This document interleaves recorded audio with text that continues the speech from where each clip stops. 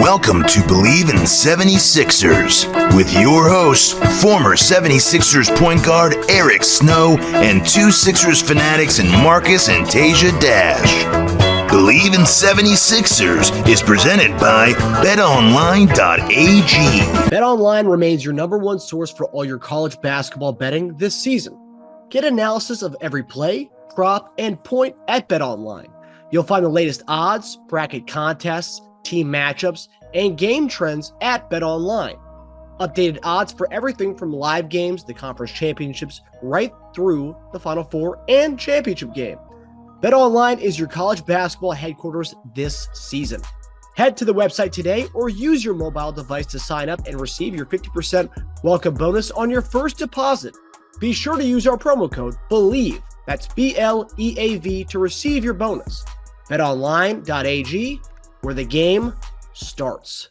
Hey guys, welcome back to another episode of Bleav In 76ers podcast. I'm Marcus Dash here with legendary 76ers point guard Eric Snow and my brother Teja Dash. Guys, season's over, and now that we have 54 wins, it's the best record we've had since Eric Snow's 76ers squad from back in the day. I mean, amazing. What do you think about that, Eric? About that. That's pretty good. Hopefully they can make a run like we did and finish it off. Yeah. Like we did. That'll be even better. Hey, if we get there, it's a win in my book, right? I mean, that's what everyone keeps saying all It's the a positive, but you still want to come home with the trophy. Yeah. Well, we came home with a trophy. We just didn't come home with the big trophy. With the one you came to get. Yeah. We came home with the Eastern Conference. We got a banner, division and banner, division, conference banners that's still up. But, we didn't get the one that only one team gets. Yeah. Yeah. Well, at least you lost to one of the best teams in last 30 years, so that's good. Yeah, that's true. Still don't make it feel better, but that's true. I know. I was going to say, people always say that. Well, you lost to the best team ever. It's like, I don't care about that. That still don't matter. Great, Yeah. That loss. Who you lose to, and how you lose. Yep. Yeah. Loss is still in that sentence. I will say, even if we don't, win the whole thing this year, hey, at least our G League team, finally 3 years in a row getting the championship and finally winning one. That's pretty huge. That's good. Yeah, man, winning championship at any level is great, man. Yeah. That was cool. My kids celebrate winning, middle school. They win middle school league championships. They ecstatic. Yeah. Yeah, absolutely. I get it. Yeah. I thought it was cool that Springer got to play immediately the next day playing the Hawks game on Friday night. That was wild. Wild 24 hours for those guys. I think I was during the telecast we were talking about it didn't matter if he played that day, man, to get out there and that opportunity for you to showcase yourself at that level, you got to take it. I take it all the time. They yanked him in the Brooklyn game, and he wasn't happy about it. I could tell. Oh, yeah, that's right. You're at the game. Talk about the experience there, Teja, watching some of the G Leaguers kind of go out there and dominate.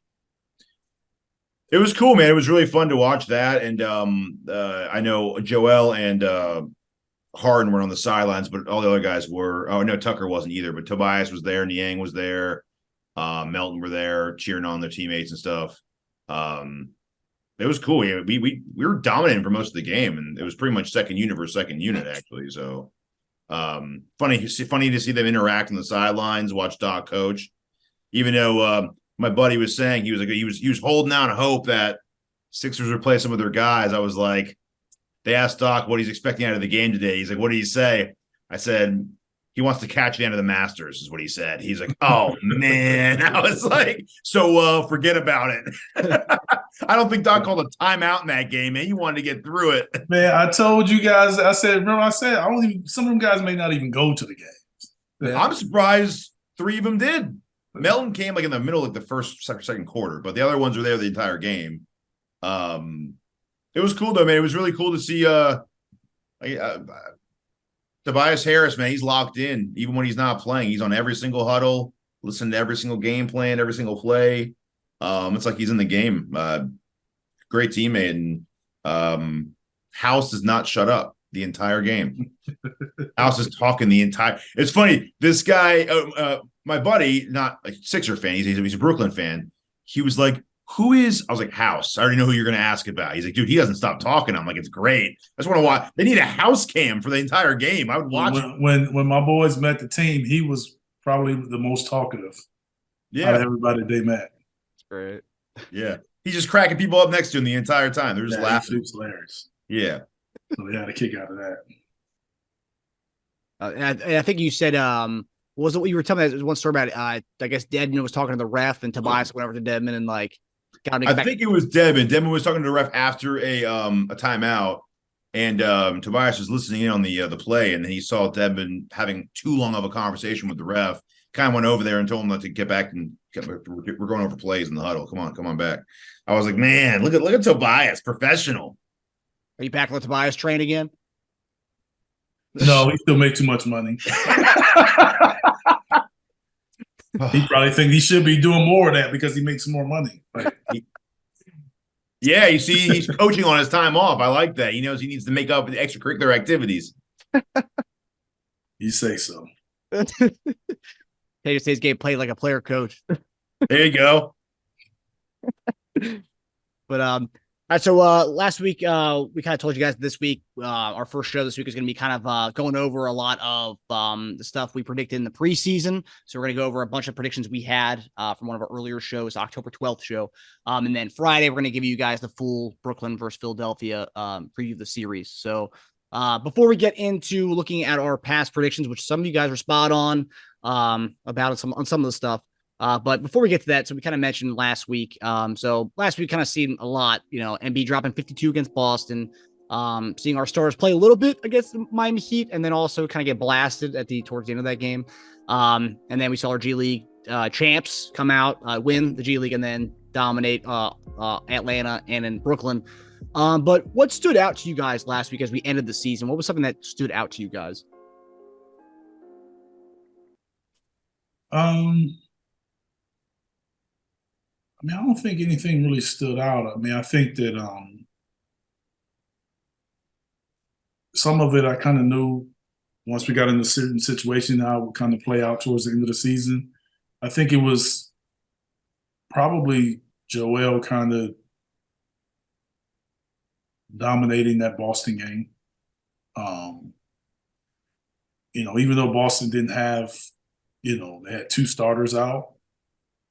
I still felt like it was different. You know what I'm saying? Like I still felt like something was different about it as far as what he was able to do and how efficient he was. So I know he's arguably played like that before, but something about it felt different. Like it felt more like I'm ready for the playoffs mode. Kind of gave me that vibe that this could be different. So hopefully it is. Boston game was awesome. That was like his MVP game. That was like I saw so many of, all right, give him the MVP after that game. A lot of those. Yeah, which it shouldn't be, No, it's ridiculous. People that picked Giannis the day before were like, no. I want Embiid instead. It's like, oh God, right. every day flip-flop. And come on, man. Yeah. I just think that stood out to me was just more of our second unit playing really, really well. Doc also he's had our second unit prepared to play without our stars all year, man. He's done a really good job of that. McDaniels and Reed both played great in other people's absences, really shined. Really encouraging to see that. Springer looked good in limited time. He killed in the G League. And, he'll be looking hopefully to take a bigger role next year, especially if we don't resign Shake. We'll get to that in the offseason. But, I just think I'm so impressed with Doc's ability to coach up whenever players are missing and guys fill in their roles. Very, very Belichickian of him. Yeah, that's good. I like a comparison. One thing that Doc did say after the win against Atlanta, because that was just such a fun game. That was a really fun game just to watch. Everyone's so excited. It just seemed like obviously there's no pressure with that. That game didn't matter to us at all. That mattered more for Atlanta in that game. But is there something to like the I guess a lot of these guys, Teja mentioned Reed and McDaniels being one of and Niang being probably the only guys in the rotation who are probably going to get good minutes in the playoffs. But is there something to that, like kind of going out and like having a kind of a carefree win like that, where everyone's so fun, like having fun and being like energetic and enthusiastic going into the playoffs, Eric? Or is that really not really matter? No, I mean, I wouldn't say that that's to be a carryover. It just kind of says more about your culture and your environment, that guys like each other and support each other more so than carrying this over to the playoffs. So whatever your environment is now, that's what it's going to be in the playoffs. Like this right here is not going. All of a sudden, you have some enthusiasm. Now you're going to have it next week. It's whatever you are. It's who you're going to be, because you're going to have some adversity, some things not go your way, and whoever you are, it's going to show up. So you go in and you lose game one, then we're going to see what happens to all that enthusiasm. Yeah. You know what I'm saying? But I think that it confirms sort of the environment is good, the culture is good, the supportive nature is good to me, in my opinion.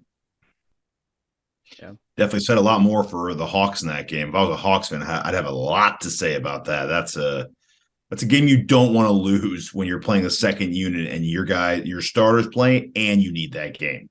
Yeah, not good, man. No, we're talking about two guys. I mean, well, McClung and Springer got some extended minutes in that game, but like there's two guys who played the championship game the night before. Then I think I read they took two different flights to even get to Atlanta for that game, because like I think one flew out at 1 o'clock and one flew out at like 10 a.m. for the game that night, and like and Springer had an amazing game on Friday night. So like the life of commercial flights. Yeah, and an overtime game. Yeah.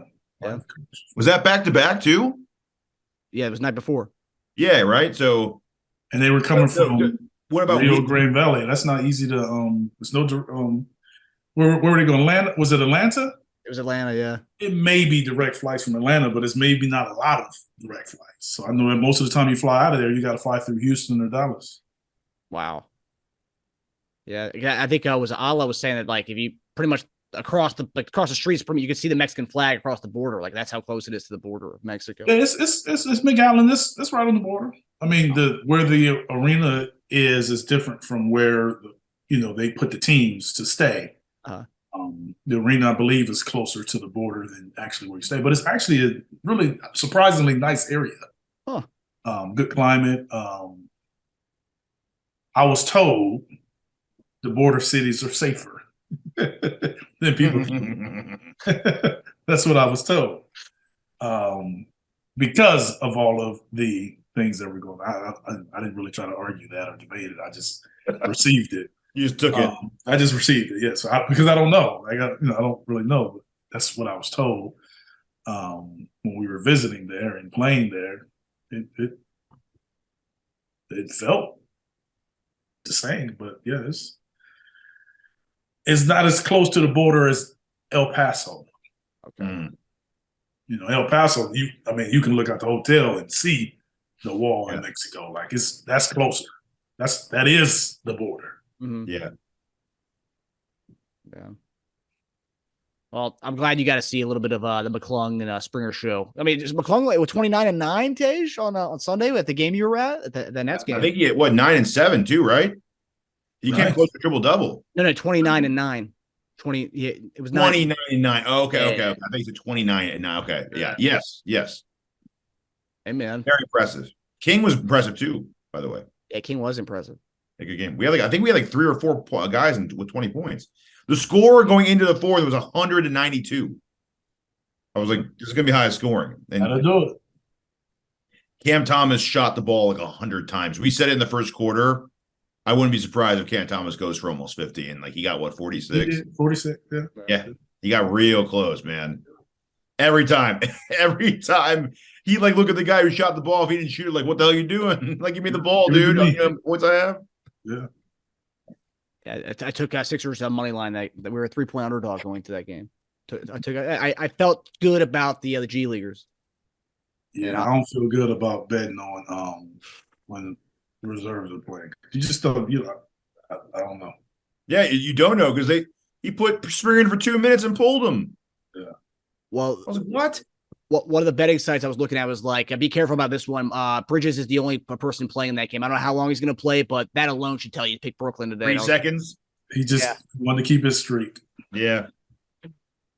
All right, so now we're going to get into the preseason, look at our preseason predictions. So our October 12th episode, we kind of went around all these types of stats that, Vegas had, points per game, who's going to be the assist king, and we kind of gave our predictions for that.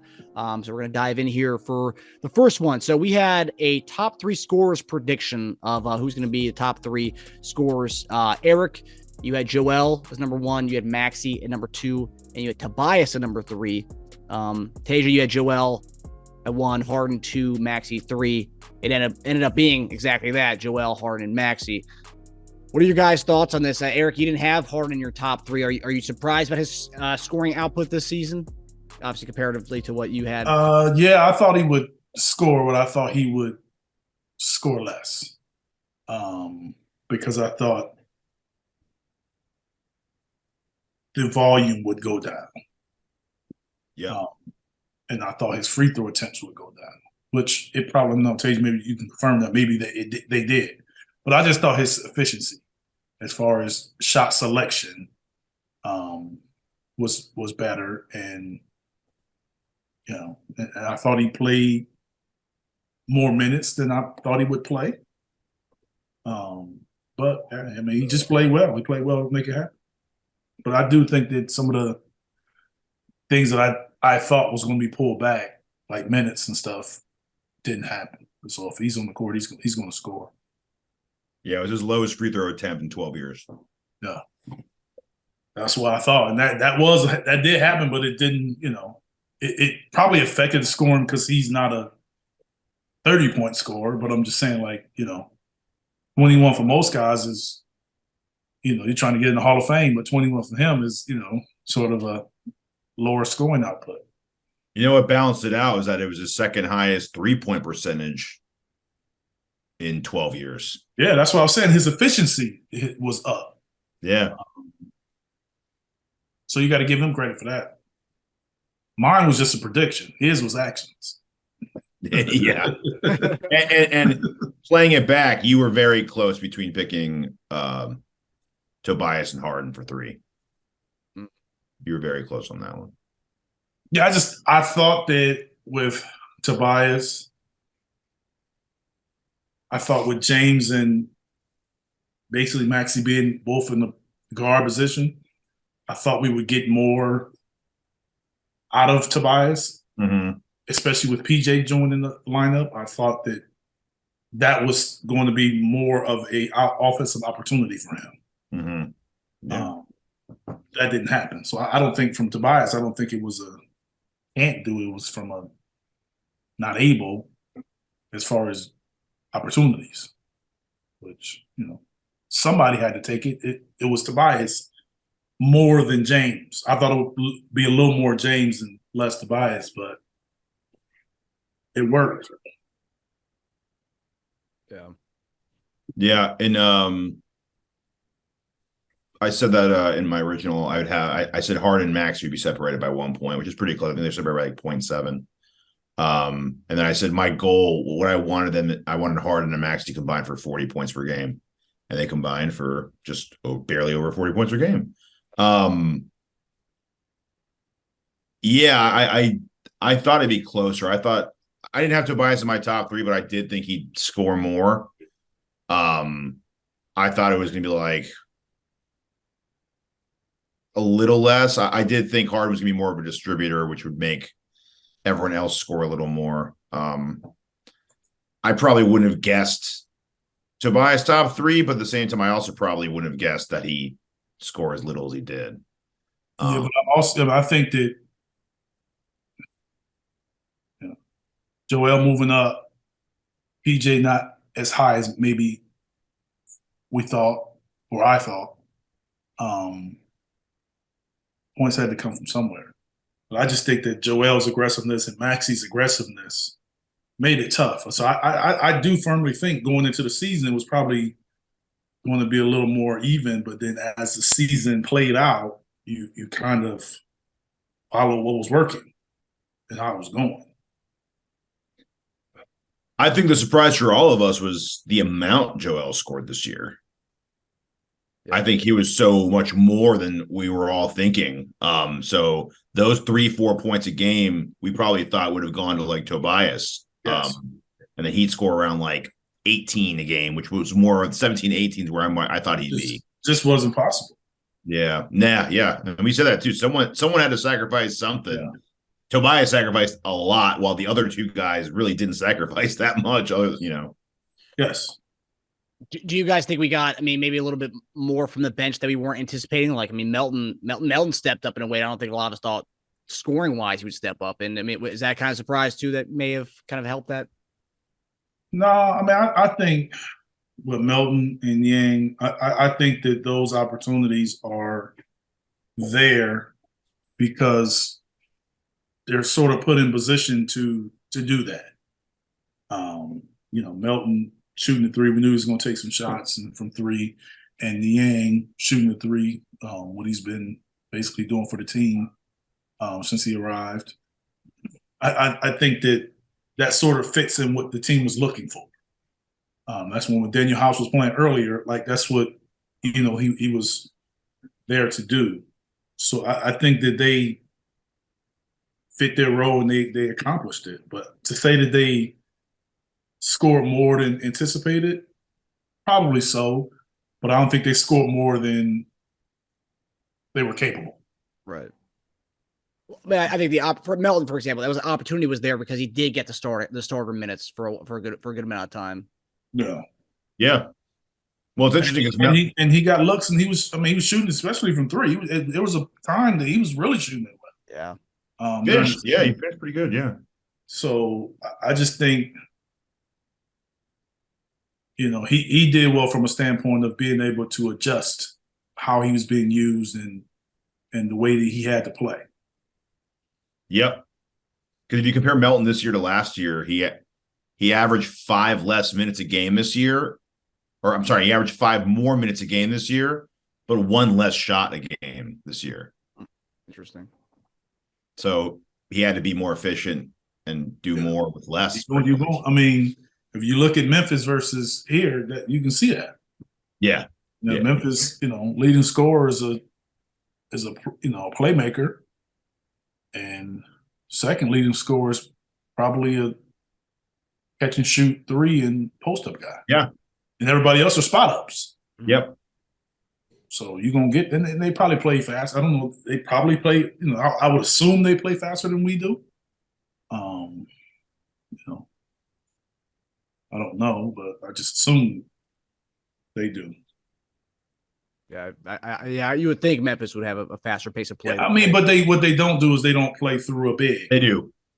Yeah, I would say I assume they play faster, and they don't play through a big. So most teams have a faster pace than us. We don't have. That's what I'm saying. So, and you don't play through a big. Sometimes that slows you down. Yeah. You have more movement, more opportunities. Transition or whatever. So, it doesn't surprise me with that. So, speaking of the big Embiid, so preseason Vegas hit the line at 30.1 points per game for Embiid. And the question we asked was, will Embiid go over under 30.1 points per game, and would he lead the league in scoring? Both you guys said under 30.1 points per game, and you also said he would not be leading the league in scoring. Eric said if he scores 30 plus, we are in trouble. Teja said Teja said there will be a one-man show out there that will average more than him, and I don't think he'll need to force scoring with all of our options. He finished with 33.1 points per game. So what are you guys thoughts on how that played out? He did a great job scoring the ball, but I think as a league, as a whole, I thought scoring was, a little crazy. Nuts. So yeah. I think his ability to score and the way he was scoring and at the ease he was scoring kind of pushed it up. And I do think it got to a point where I don't want to say it where it comes off selfish, but some of the MVP talk, in my opinion, escalated how important winning the scoring title was. I do feel that became a point where, like, I'm going to go do this. Mm-hmm. Yeah. So I think that the numbers had to go up because I think whoever a second was, 31 and 32? Or 30, 33, whatever, whoever second place. Who's second, Luca or? It was Luca, yeah. Yeah, Luca. Yeah, Luca was close. Yeah, he was. He was under a point. Yeah, so you had to keep it up there. Yeah, there were 6 guys over 30 this year in the regular season, average 30 over 30. Yeah. That's crazy. I'm going back now to see. I'm back like to 2010 right now, and I can't. It's nowhere close to that. You may have to go to the 80s to find that. Yeah, I mean, last year there was 2. I think there was a couple years ago where it was, I think 3 or 4, but not 6. Man, 6 that's a lot. I know during my years, I don't think you would ever. I don't even come close to 6 in my years. At the end of the season, no way. Yeah, 0102 was just AI. That's what I'm saying. You probably had to go to the 80s, man. And there was a 3-point gap after him, and he just scored over 30. That's crazy. The next year, there was 2, McGrady and Kobe. That was the year McGrady just went bonkers. The next year, no one. It's like, yeah, I mean, it's not. It was. I'm telling you, my whole career, I'm telling you, scoring 30 was like a feat. And then AI again, 0405, also a 3-point gap from the next guy. That's why like 30 was like the threshold. If you scored 30, like you were really scoring that ball. Yeah. Yeah. All right, there's 1. 0506, there were 3 guys. And Kobe that year averaged 35 a game. Man. That's 3. Huh? And it was 3. Yeah, 3 guys. Yeah, that's what I'm saying. I know. That's what I said. I know during my career, it wasn't close to having 6. And then, yeah, that was a lot for back then. That was like a crazy scoring year. This one, man, this is just like, it's insane. And not only is it just not barely over 30 either. You had 5 guys that average over 31 a game. Yeah. 3 guys that average over 32. That's crazy. Well, we talked about how crazy scoring was this year in general. All those 50% games that teams had. Well, there you go. Where the league wants to go. But I don't know. I mean, great athletes, great players, great shooting, great scoring, and no defense. Great defense. I mean, great. They say it's harder to play nowadays. I mean, that's what KD just said. Mm-hmm. Didn't he say that? He said it's harder to play now than it was before. The thing I'll say about Embiid is kind of goes back to what we said a minute ago. I think we were expecting like 29.5 and for like Tobias to be averaging like 17. I just expected it to be that much. I didn't think he'd have to shoulder that much load this year. I don't think he had to. I think just the way it was going. It was a mission of his. It was the way it was going, and he was, scoring it at will, and he was making it happen. I think it became more of who we are than maybe what we thought. I just hope that we could win the game and win some series in the playoffs if he don't average 33. Yeah, if you compare his stats to last year, he only shot 0.5 more a game. He just shot really well this year. That mid-range pick and roll. He shot it really well. Yeah. He was killing it, man. He was just on. He shot 55% this year. Last year he shot just 49.9. 3-point was a little down. He shot 1.6 more. Free throws. No, pretty much the same as last year. Higher percentage than last year, though. Yeah. But it was a pick and pop, man. He was just they mastered that this year and no one could stop it. And his mid-range elbow was just prime Malone, dude. Prime Brandon Bass. His mid-range? Yeah. Yeah. Well, I mean, his shooting coach Drew Hanlon said that's pretty much a lot of what they worked on. Yeah.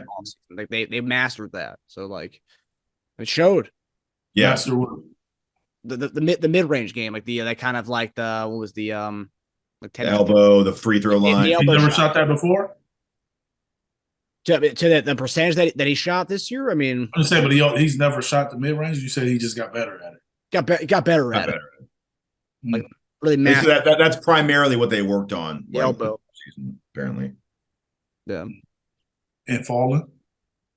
Yes. It's gonna be the name of his book. What y'all said. That's gonna be the name of his book, Eric. It's gonna be mid range and falling. That's what y'all said. He was working on falling. Falling mid range. Well, he's going to the mid range shot because it's the one shot that teams will give you and don't double team. They talked about that again. Actually, they talked about falling recently with Doc, didn't they? Yeah. Doc says he's the worst faller ever. Yeah. And he has a falling coach.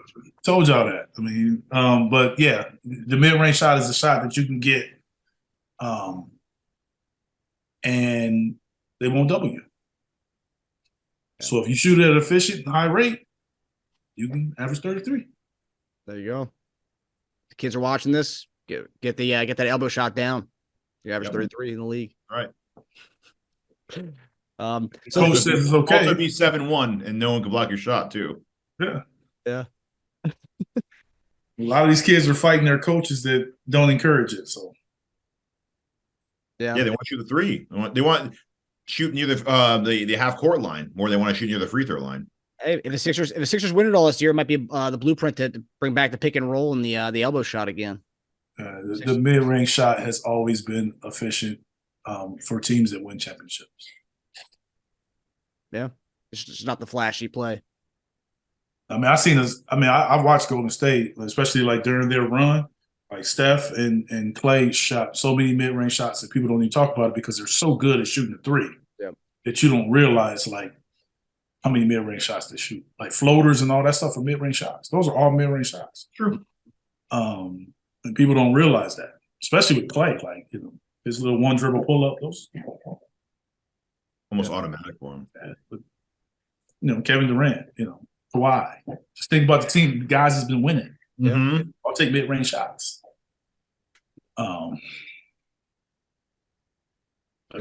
It is Chris Paul. I was going to say Chris Paul. Devin Booker with Phoenix. They both, you know what I'm saying? Like they have taken that shot consistently. And then we're talking about the top teams the last few years have taken that shot and done it well.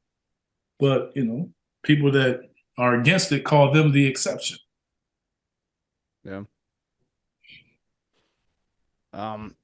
And Harden, I mean, this year we've kind of noticed his, increase in mid-range shots. I think more so the beginning of the season, his mid-rangers, but more so as the season kind of went on, we didn't see as much of that, but we saw him kind of attempting the mid-ranger more so than in years past, which leads us to our next preseason over-under projection here. So Harden, Vegas had set Vegas knows all.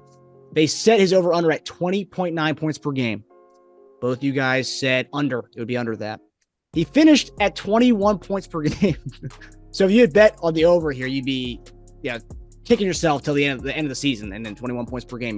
He got that. And then I'm going to ask you about Matt. I'm going to say you bring up Maxey's points here. So Maxey, it was 18.8 points per game is what Vegas had it at. Both you guys are correct. You said over. He finished at 20.3 points per game. So what are your guys' reaction to how Harden and Maxey did comparatively to what you guys predicted? Maxey, the route he was going, one not surprising, but his ability to knock down shots and tough shots from three, at the rate that he was knocking them down, I didn't expect that. Expected him to make shots, but he still kind of be like, man, he knocking that three down. Like you still kind of find yourself saying that.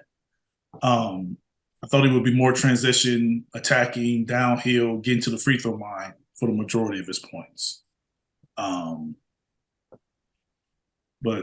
the ability to shoot the three off the dribble, catch and shoot, off screens, like just he was really knocking down different kind of ways. That really was a little surprising. James, I mean, what can you say? We what? 0.01 off or something like that? Like, I mean, I almost consider that a win. If he played with the way he was playing, if he played one more game, that would have been on the money. That's what I'm saying. I don't really consider that one, being that I didn't put money on it. It's that prediction of going under isn't it's not like we said 20.9 and he gets 25. That's seriously. We're right there. I mean, I couldn't believe when I saw that. He like he said, he plays one or two more games. If we needed to win those games, that could easily went the other way. Mm-hmm. Mm-hmm. Plus, he missed a lot of games, in December, November, December. So we don't know. Yeah. He could have went the other way. It could have went up a little more, but I don't think so. The way we were going. Mm-hmm. Yeah, it's. I was gonna say. I was looking at my predictions, and I'm like, weird calibration because I said Harden and Maxey would be like a point off. Yet I said Harden would be under, and I said Maxey would be over. So that doesn't make a lot of sense, but should have thought about that more. But I guess it was pretty close, though, because the under 21 would be like 20, and the other one would get like 19. So, yeah. Man, is Maxey just an elite three-point shooter? I mean, we'll see. We're talking about well, I'm just saying, I need to put some years in there. We'll find out. 2 years of over 42% in a row. Yeah, I mean, he's headed to a very efficient one. That efficient one with versatility, though. That's the thing. It's not just catch and shoot. He's doing it different kind of ways. He averaged 3 more points per game this year with 2 less minutes a game. Wow. Yeah, I mean, I think some of that is he shot 2 more times a game. I know for a fact that, and I've seen a lot of guys with it, playing more minutes don't necessarily mean more points because a lot of guys play tired minutes. Playing fewer minutes and playing more efficient minutes can make up for those couple minutes difference. It's all threes for him. That's what did it. His 2-point is identical. Last year and this year, 4.7 makes, 9.1 attempts, 5.1 and 5.1, identical numbers. Wow. The only thing that changed for him, he shot 2 more shots per game this season. Threes, 2 more threes per game. And he shot pretty much the same, better, actually. What about free throws? Free throws, pretty close. He averaged 3.3 last year and 3.6 this year. Okay. Free throws matter. Not much change, but the threes, he just hit them. But the threes, that's what I said. It was just his ability to shoot the three. I was like, wow. At the rate that he was making them and taking them. Yeah. I mean, 6 attempts a game is no joke. So it's crazy, man. I hope it continues. That's all I can say. Yeah. So does he, and so does that, that giant extension he's going to get. There he goes again, talking about people as a starter or reserve, huh? Hey, you know what? It doesn't even matter anymore for him. He pick whatever. Look at my stats. Yeah, but look, it's interesting how that conversation just stopped. I'm like, man, why is this kid not starting, man? When it first happened, for what? But oh well, I'm happy. I'm happy he's playing well. Hopefully, he can keep it up. Yeah, I know. We had, a month or two ago, we had a starter bench conversation. Now we're talking about. Now I'm seeing headlines of $200 million max contract extensions. It's like, man, how times have changed. Yeah, that Maxey contract, that Maxey deal. Yeah. That Maxey deal, and then he gonna flip him. He gonna flip like he do with Tobias. I know. He in the Tobias conversation, man. He got to give us more, man. He ain't giving us enough, man. With the salary he making, yeah. Wait, what Maxey, making? well, with that, if he does sign that deal, I'm going to be expecting 43% from the rest of this next 5 years. He signed that deal on what he just did. That's all he need to do. Mm-hmm. Tay's gonna want him shooting 50% from. Yeah, you gonna want him. Wait, hold on. So when you signing a contract's based on past play, not future potential play. It's for your ability to consistently do what you do. Yeah, exactly. That's what I'm saying. So you better shoot keep doing this for. I said for him. I said it's for him to consistently play the way he's playing. Oh, okay. But if the team has to allow for that, they can't go and sign 3 of a first ballot Hall of Famer, and then a young kid they giving the ball to, and then tell you your numbers need to go up. That's what I'm saying. The circumstances can change things too. Now I know, but the addition of Harden changed him and Tobias's circumstances. One played better, one just kind of stayed the same, or not, if not one a little worse. That's all. But James is not doing what everyone thought he would do when he left Houston. They still look at him as the same Houston James. So he averaged 20 and 11 or whatever he did, 21 and 10, whatever, 10.9. Everybody like, we'll see what he does in the playoffs. And just like shrugging it off. That's just James hate. I'm just saying, but they like shrugging it off like the way he played. I know. Someone put a side by side of him and Steve Nash's MVP years. They're like they're so similar. Actually, Harden's stats are better than Steve. Yes. Crazy. Guy won two MVPs on the same less numbers. Because winning mattered back then. Winning mattered. Yeah. Back then. It's hilarious that it's just a convenient stat to throw out there for people now. No, I mean winning matters. So if winning matters to people, they'll talk about wins, and to combat winning, they'll talk about stats. And then if somebody didn't win to get the stats, then they'll bash their teammates or their coach or their situation. Like it's a continuing trend. Like that's the way it goes. Or the guy that won or with stats, then they'll say, well, his teammate didn't get enough credit. They couldn't do anything without that. So it's just depends on which narrative you're picking. Or I also love now that the Sixers actually have a better record than the Nuggets, all the Jokic lovers are not talking about the actual record. They're saying number 1 team in the West as opposed to number 3 team in the East. Yeah. He's got a better record.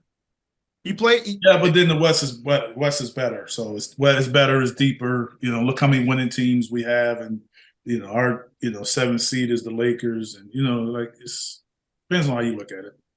Yeah. True, but looking at it, the 10th seed in both conferences has the same exact record, 40 and 42. I'd say this year, I'd make an argument. Yeah, I guess you could say they're deeper in the West, but I mean, Golden State, Golden State's the 6th seed. Yeah, but you could say like those guys played around all year and they're still a 6th seed, right? Like they just guys in and out of the lineup. Wiggins has been out half the season. Like they kind of messed around and they're still a 6th seed. And you just got to give them credit. You win the regular conference, you get credit. Mm. Yeah. I mean, at the end of the day, that's what you did. We had every right to win our conference. So, we didn't even win our division. So it does matter. They won a conference record, regular season, and their division. We didn't. So we can talk. We talked about wins, but we didn't. We don't get a banner unless we go to the finals. True. Yep. So it is a difference. It is. I don't think it should have any change, or I don't think it's going to change any perspectives on MVP. No. Not even. Everyone's got their mind made up by now. Yeah. So the next topic here. So Vegas had Harden as the assist king going into the season. They had him getting 10.2 assists per game. Both you guys said you get over that, and both you guys are spot on. He did lead the league in assists, and he finished with 10.7 assists per game. Obviously, no surprises there. You guys expected that. That was an easy one, man. We should have took out some loans and put it all on Harden. It wouldn't be the assist leader.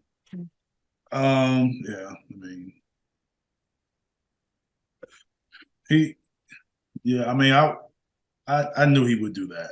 I mean, just because of the responsibility of being more of a playmaker and his ability to score, he knew he was going to be able to do it. I'd say the impressive part, though, about it all is that we figured he'd score even less than he did. Yeah, I know we took the under, but you and I were predicting like high teens. We thought he'd be like 18. Yeah, 19. I mean, I thought he would score less and assist more.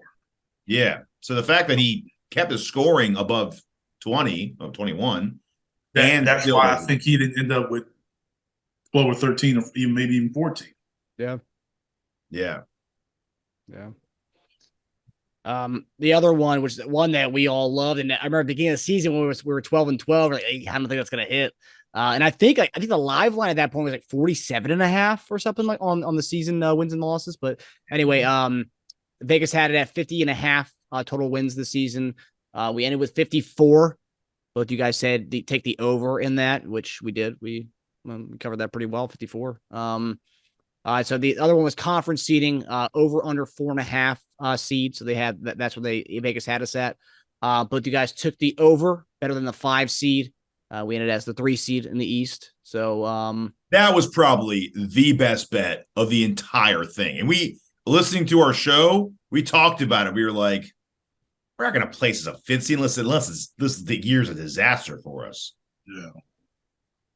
Which beginning part of the season, it did feel that way in the beginning when that 12 and 12 spot. I was kind of concerned. Yeah, but you got to realize it was going into the season, the expectations of teams made it like we're not sure because we didn't know, but Miami was number 1 last year, right? Yeah. And Brooklyn was Brooklyn. Still full. Yeah. We knew Milwaukee and Boston was going to be there. So it wasn't a far-fetched kind of like, we don't know. Yeah, I'd say Brooklyn was probably the wild card. Miami had beat us. You know what I'm saying? Like, it wasn't like you really didn't know. Cleveland. Yeah. And in Cleveland, right, like it wasn't a far-fetched thing to say, hey, we don't know if they'll do that. Yeah, I toot my own horn. I said we'd finish with 54 wins, so I'm happy about that. That was a good one. And then I think we both predicted, if I'm not mistaken, that we'd be the 3 seed. And we hit it like on the head in that one. So you can go back in time. 4.5 seemed low. It was almost like scary. It's like, man, 4.5, huh? So they're between like 4 and 5 on that one. We could be the 5 seed. But yeah, you're right. After that first month of 12 and 12, it certainly looked really, really rough. But the other one, I think we have 2 more scheduled ones, or based on what they saw. So we had a 3rd highest odds to win the Atlantic. So obviously at the time they thought Brooklyn, they still had KD, still had Kyrie, they still have those guys. So that's where it kind of was. But they had Boston 1, Brooklyn 2, Sixers at 3 to open the season up. Eric said we finish either 1 or 2, but definitely not 3. Teja said we'd be 2, and either Boston or Brooklyn would be 1. Obviously, we finished 2nd in the Atlantic. That obviously not surprised you guys based on the way Brooklyn kind of blew it up. Yeah, I mean, I thought we would beat one of those teams, but if not, It's funny. We in that show we talked about how Brooklyn and Boston both went through some crazy offseason, right? Like Brooklyn, we were waiting all this trade, although they almost got traded up numerous times in the offseason, and Boston had the coaching stuff that happened. And then Gallinari got hurt before the season started. So we were saying how it's crazy that those odds are still the way they were, even though both those teams were going through it. I think we talked about one of those teams would let it get to them this season, but we had no idea, or we had some idea, but we didn't know Brooklyn would just completely liquidate. So, yeah. And then the last one, Teja, because you went to the show and you kind of messaged me the 4th highest odds to win the East. I didn't really understand how that, because that one's still a TBD. So how did that one go on the what we predicted before the season? What do you mean? The 4th highest odds to win the East. How did you guys say that one? Where did you guys go with that one? Because obviously we still don't know who's going to win the East here. But how did that? Yeah. So Eric kind of said that he felt like us winning the East, higher probability of us winning the Atlantic, which was interesting. Then I said kind of the opposite. Our high should have been higher to win the Atlantic because I just felt like the friggin' playoffs were a gauntlet and we didn't know how it was going to shake out. Now we have to play probably both Boston and Milwaukee, which is, I mean, good luck. So it's TBD because we don't know what's going to happen. But yeah, I think we'll see. Fourth highest odds at this point. Well, we're already ahead of that pace now. We probably have the third highest odds now. So yeah, I guess at this point we're looking pretty good, better than preseason. Hey, don't discount Miami to beat Boston, but I don't know. I think we're I'd say Boston and Miami. Those are two teams I don't really want to face. But I mean, we're gonna have to face one of them. But I think Miami's got a shot with Boston. No, you don't think so? I mean, do Brooklyn got a shot with us? Brooklyn's ahead of Miami. It's true. I guess I would say for a team that came together halfway through the season. I'm just saying, like I think Marcus really wants Miami to win. Yes. So he's like, you're gonna say the 7 seed can beat the 2. Those odds are shorter than 6 and 3. Brooklyn swept Miami this year. I will say though, Brooklyn's ranked higher, but Miami's had a lot of postseason success, even when they weren't playing as well, even going into the playoffs. Like Miami took Boston to 7 last year, and that was after they had a sideline fight to go into the postseason. Yeah. So Miami does have a knack of pulling it together in the postseason. So that's maybe where your wishful thinking's coming from, Marcus. They're clicking at the right time. They are clicking at the right time? I think so. Yeah, they're going in with some. I thought like 2 or 3 shows ago you said like they're falling. They're having a rough go at it. Man, just say that's what I want, man. That's it. Yeah, there you go. I think we're gonna get playoff Jimmy, and I think he's gonna will that team to a victory. Do you rather play a team that's like proven it, but haven't really played up to par this year, or you got a team that's full of athletes, good players, good shooting, and you can win? You don't want to play Boston more than or Miami more than Boston, do you? No, I'm talking about Brooklyn versus Miami. Oh, okay. I think there's something with Miami that kind of has a mental thing for us, whereas Brooklyn, I don't really think there's not really much there. I think Brooklyn would be a tougher opponent than you realize. Yeah, my buddy who's a Brooklyn fan who I went to the game with, he said he thinks we're going to win, but he's like, I wouldn't be shocked if we're up 2-1, and then you guys just turn it on after that. I'd be scared if that happens. I think if I think Joel has to really dominate. If he doesn't dominate, we could stretch that thing out. Yeah. And we'll go, I'm sure we're going to have a fun time diving into that. Yeah. Teja, so you had you pulled out some questions for Eric and I. You did some stat diving. Yeah. I'd love to participate, but unfortunately, while doing this, I had to kind of look at the answer. So you guys will have some fun picking out who you think is the correct answer, right? So who had a higher 3-point percentage this year? Matisse or Embiid? Marcus?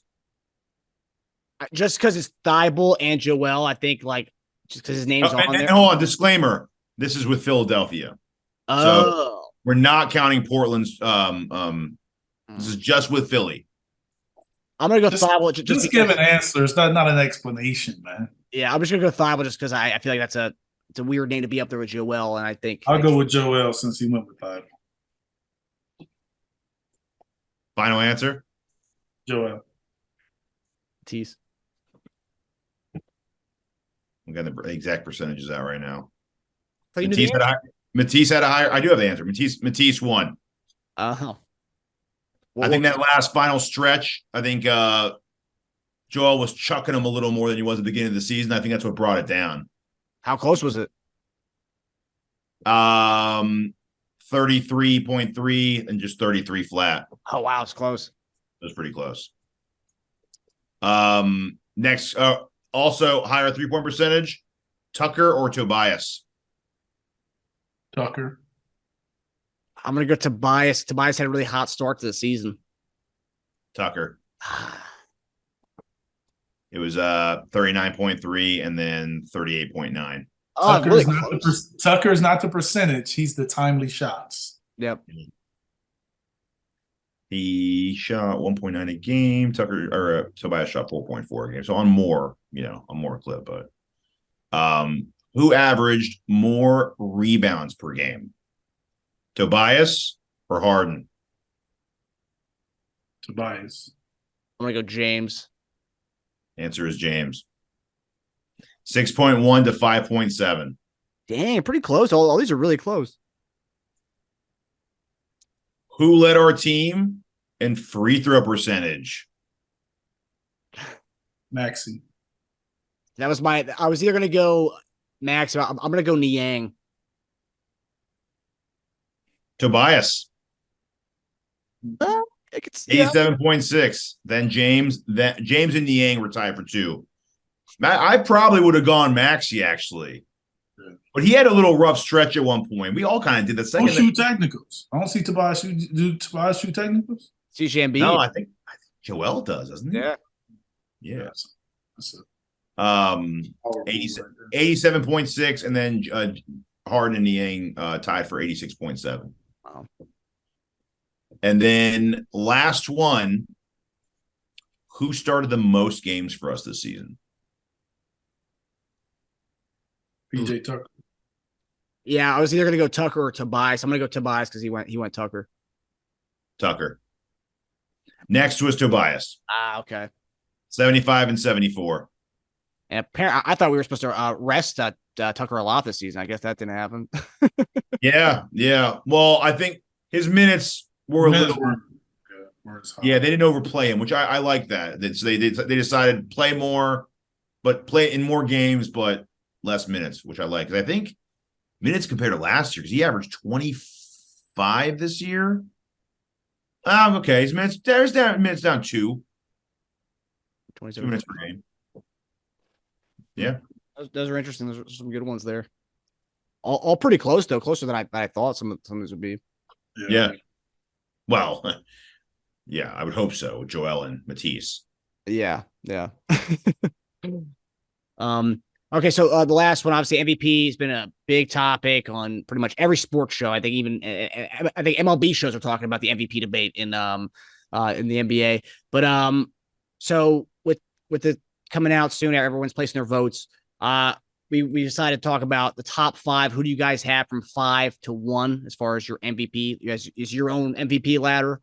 You guys want to go? Each of us go say or 5, or should we go 5, 4, 3, 2, 1? Each of us give our 5. Everybody say 5. Everybody say 4. Okay. Eric, do you want to do the honors to kick it off? 5, I say Luka. All right. I'll go. This was tough for me. I went back and forth, but SGA. It's pretty good. I figured to go from a top 3 pick to a play-in game. I mean, come on. For sure. Yeah, I mean, only because the Mavericks made a trade. Yes. That's actually a good point. And that's kind of funny that the guy that you voted for. He was arguably top 3 before that. I know. And so close to the scoring title. For my 5 would be Sabonis, just because Sacramento. When they made a trade last year, everyone kind of laughed at Sacramento for doing that trade. No, you're not a Sabonis guy. Man, come on, man. Let's go, man. Everyone's checking the ball, man. He just wants the ball checked. MVP, man. MVP. Turn that team's fortunes around. MVP. When he told me that, I go, my problem is MVP. We're not just talking about a guy that's an all-star and played well. You're talking about MVP of the league.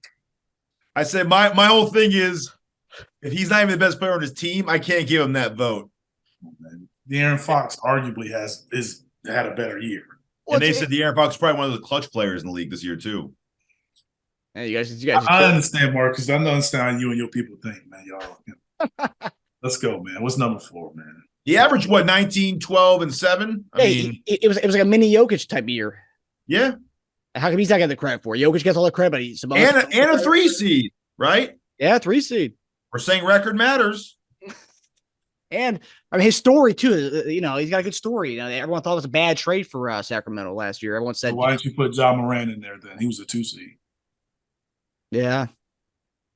But I think that the optics of his negative story going on this year too, though. But that don't have anything to do with playing. That's true. Yeah. You guys killed by 5. I'm sorry. This guy, no, you pick who you pick. All right, 4. Marcus, you go, man, because I don't know what you're going to say, man. We'll need to end with you got to go first, man. For my 4, I'm going to go Jason Tatum for my 4.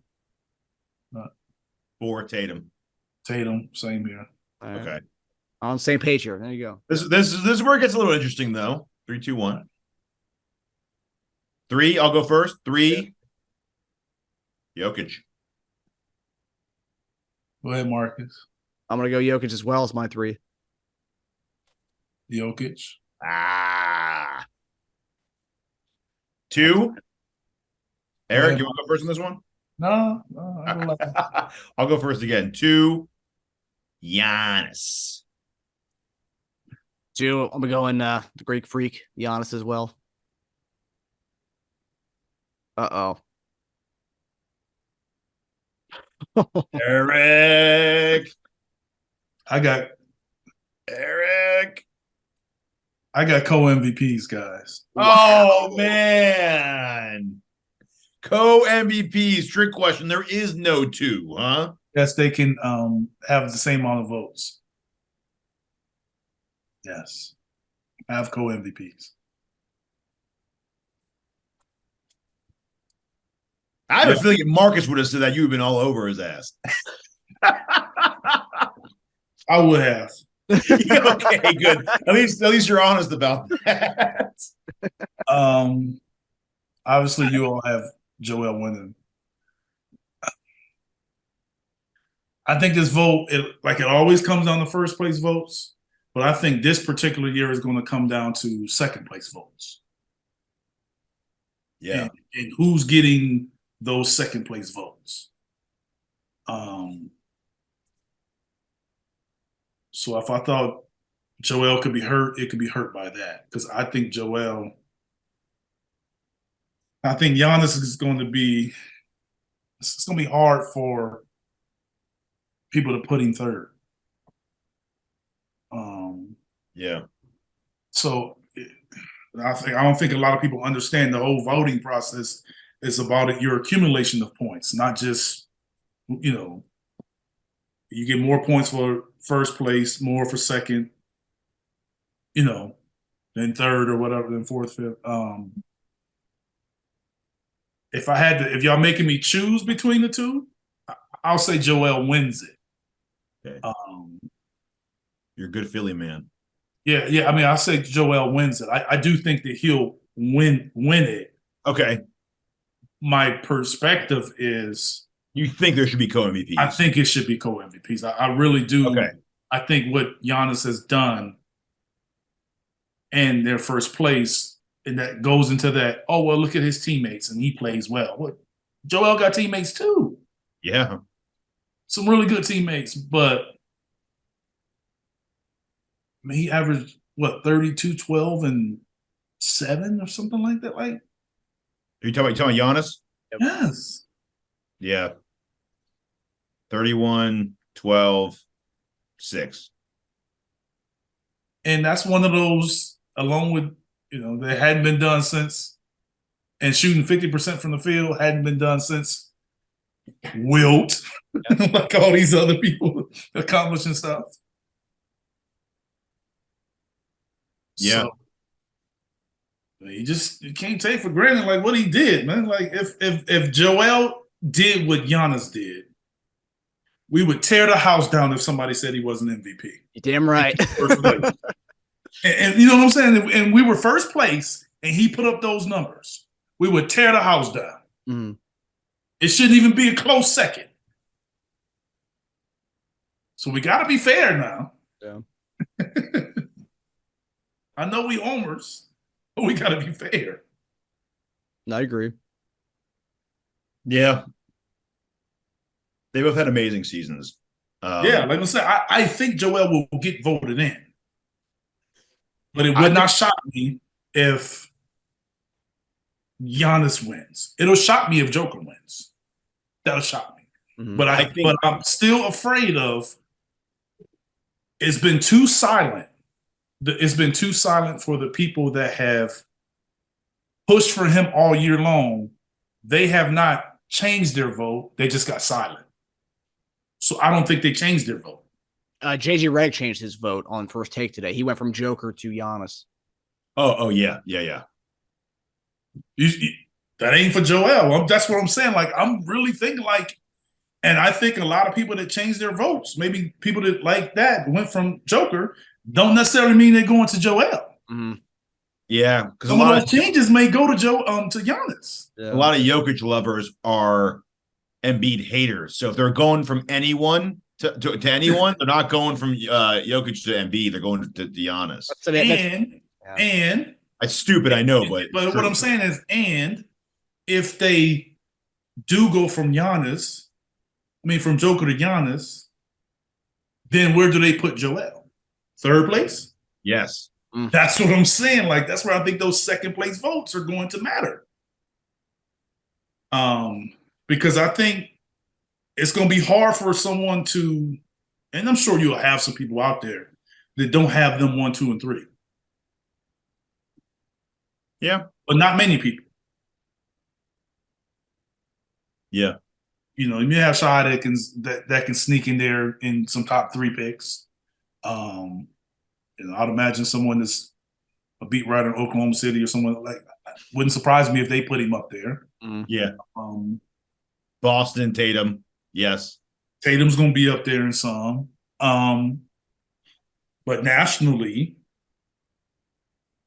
I just think, like I said before, and I still stand by it, that I felt 1 through 4 and 5 before Dallas kind of slid, that this could be the tightest race 1 through 5 that we've seen. Yeah. I probably think it's going to be the tightest race 1 through 3 that we've seen. And I think Jason will end up 4th. Maybe not close, but I think he'll consistently get that 4th vote. Yeah. 1, 2, and 3 depends on who you ask on the order. Mm-hmm. Because I think there's some truth to Joel getting some first place votes and a lot of third place votes. I think Joker gets some first place, some seconds. I think Giannis gets some first, second, some thirds. And that could put you, actually, I think, so it's going to be interesting. That vote is really going to be interesting. Should have a live TV show where people got to place their vote. I know. They should have made a whole thing about it. They could have, man. They will in the future. This would have been really big. Yeah. Like counting them, almost like you do for like Congress, like having like count votes, just like yay, nay. Yeah, vote in it. Yeah. Like, Bill Simmons, Ringer, and they say that whoever they're voting for in the big room, Yeah. Or just have a guy just counts them up. Be like one, you just put them in a box. You have little counters at the bottom. I think it would be huge. That would have gotten really good ratings. Oh yeah. They do they do the lottery. Yeah, exactly. It's no more ridiculous than televising and making a big deal of a lottery of ping pong balls. Yeah. Come on now. It's all, it's all ridiculous. Why not just maximize it? Mm-hmm. I'm sure in the future you'll see that. Yeah, this would have been a great one to do it on. Mm-hmm. We'll see. Yeah, man. It's going to be real interesting. I mean, the Vegas odds have Embiid as an overwhelming favorite. So, and that's changed drastically over the last few weeks. So yeah, it moved big after that Boston game. Big time. It was already trending in that direction anyway with the Jokic's skid, and then Embiid kind of like starting to get that the momentum again, and then it went. I think it all changed when Kendrick Perkins took it to the race. Yeah, so let's call it out. It didn't change in the odds, but I don't think it changed the way people thought about it. I don't think it changed, but I don't think it changed in the voters. It changed in the conversation. Mm-hmm. Because you had a lot of people that were giving reasons for why they thought Joker would win are silent. But silent doesn't mean they change their vote. It's like I know a lot of people that vote Republican that don't talk like they vote Republican. Yeah. You know what I'm saying? Like I know a lot of people like that in my atmosphere. Yeah. But they won't let you know, but that's how they vote. Mm-hmm. Yeah. I think it's the same here. I really do think it's the same here. You have a lot of people that just got silent because it went from me trying to say why I think he's the winner to now I'm only doing it for race. Yep. So they just be like, all right, well, let me just kind of step away. Yeah. But step away silent don't mean they change their vote. Yeah, Eric, it's like in the DC area when you see someone who doesn't have a yard sign, you'll see like Democrat, but the house that don't have a yard sign, like, okay, well, it's clear who that person's voting for. They just don't want to see what it is. That's funny. Yeah. I'm also curious to see the whole first and second team. It'd be really funny if like Joel won MVP and then Jokic got first team center. That'd be funny. And I wouldn't be surprised either, to be honest with you. Like split it up that way. But I do think they're the same position, right? Mm-hmm. Giannis gonna be on there. Yeah, Giannis will get the 4. He'll be the 4 no matter what. That's what I'm saying. Center is gonna be they should duel for it. I think what's really gonna help Joel is he hasn't won one yet. Yes. I think that's a huge plus for him because everyone's like, just give him one. I mean, some of the people that kind of change their votes are like, all right, I've come around. Just give Joel his MVP. Just give it to him. He needs one. Yeah. And we'll see. What they announced that like midway through the playoffs? Is that when it comes public? Like the second round? No idea. No like date for it, right? They just like randomly all of a sudden show up at that stadium and they're like, oh well, the TNT does they randomly bring the awards to people and stuff. At least like they do that the 6th man of the year and all the other awards, the defensive player of the year. They like surprise people and they have someone filming it. But MVP. Hopefully, we're still playing when they announce it. Yeah, hopefully. I know, man, because you know Giannis will. Hopefully, we're still playing. Let's make it that way. I don't know. That's another potential series. I know you guys think I'm crazy, but Toronto, Milwaukee, that could be 7 games we're talking about. No. I don't know. I mean, it could be, but so could Brooklyn and the Sixers, man. Could be. But you picking the 9th seed over the 1, the 7 over the 2, but we not talking about the 6 over the 3. I think that'll be a gentleman's sweep, but I think the other one's going to be 6 or 7. Okay. All right, man. All right. We'll see. Right. I was joking anyway. All right, guys. Well, we'll see you guys Friday as we preview round 1, Brooklyn and Philadelphia, and we'll also maybe touch a little bit on the other matchups because everything should be set by Friday when we have our next show. So we'll see you guys Friday. We hope you guys enjoyed the episode. All right, thanks. Take it easy. See you, fellas.